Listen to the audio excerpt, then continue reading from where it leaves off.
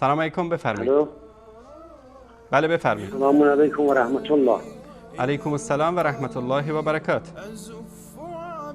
من محمد الهی ام، مخلص شما. آقای محمد بزرگوار، بفرمایید برادر گرامی.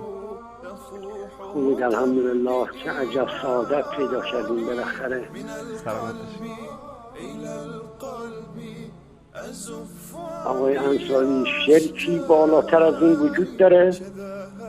الله المستعان. الله المستعان. شرکی بالاتر از این هم مگه میشه؟ بله. اما صدای شما رو من ضعیف میشنوم.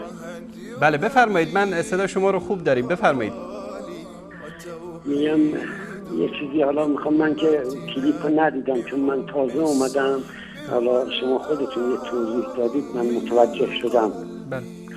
راجع به این قضیه که گفتید علی ابن ابی طالب، خب به هر حال شرک بالاتر که نیست. میخواستم یه چیزی به جواب اون برادر عزیزم که از مشهد تماس گرفته بود، من همون موقع رسیدم دادم.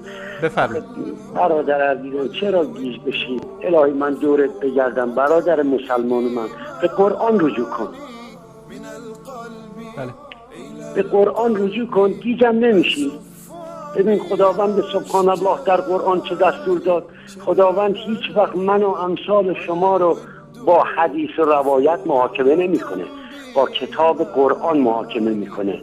هر امتی با کتابش وارد محشر میشه. درست. به قرآن وقتی رجوع کنید برادر عزیزم، قربون اون لهجت برم اون صدای قشنگه، به قرآن رجوع کن، اصلا هم گیج نمیشی. بعد ببین کی راست میگه کی دروغ میگه. درست. وقتی به قرآن رجوع کنید دیگه مشکلی پیش نمیاد. این یکی. آقای انصاری، خداوند شما رو حفظ کنه انشالله. خداوند بانی این شبکه ها رو هم حفظ کنه انشالله.